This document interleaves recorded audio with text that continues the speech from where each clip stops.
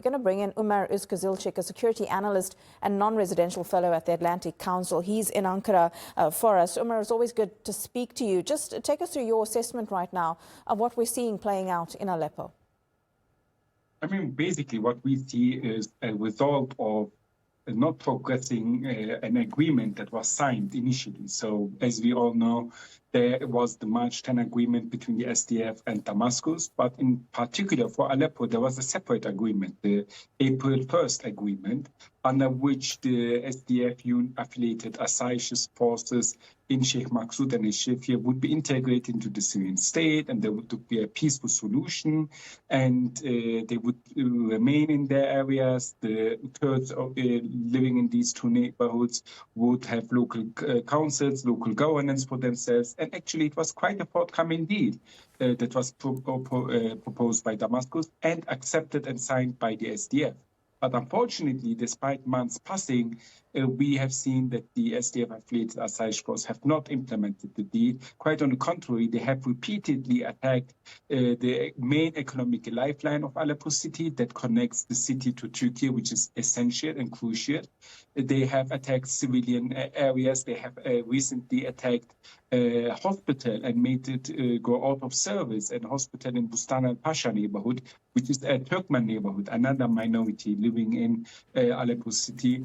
And the YPG SDF-affiliated Assay's forces have repeatedly attacked. And in the end, the Syrian government has decided that the situation is not tangible. Aleppo city is the economical heart of Syria. If there is no stability and security in Aleppo city, how can the economy in Syria be revived? How can Syria rebuild itself? How can people find workplaces? How can the industry flourish again?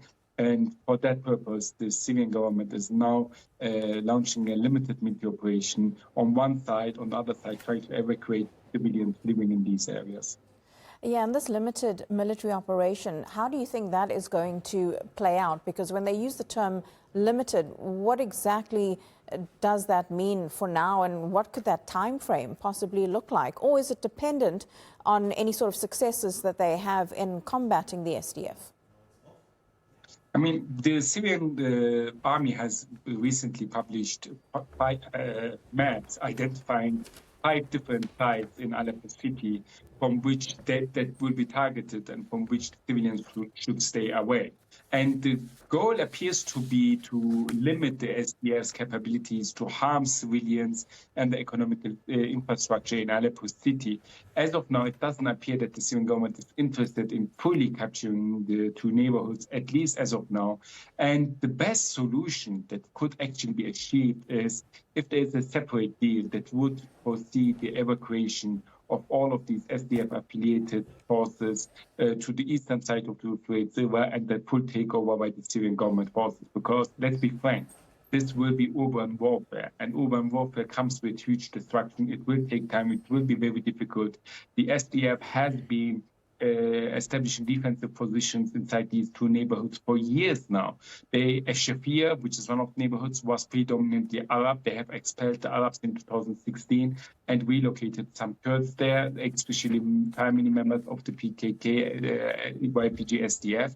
And they have established huge defensive positions, and they have a huge arsenal of ammunition, weapons, etc. So this can go on for quite some time. It will be a very difficult military operation.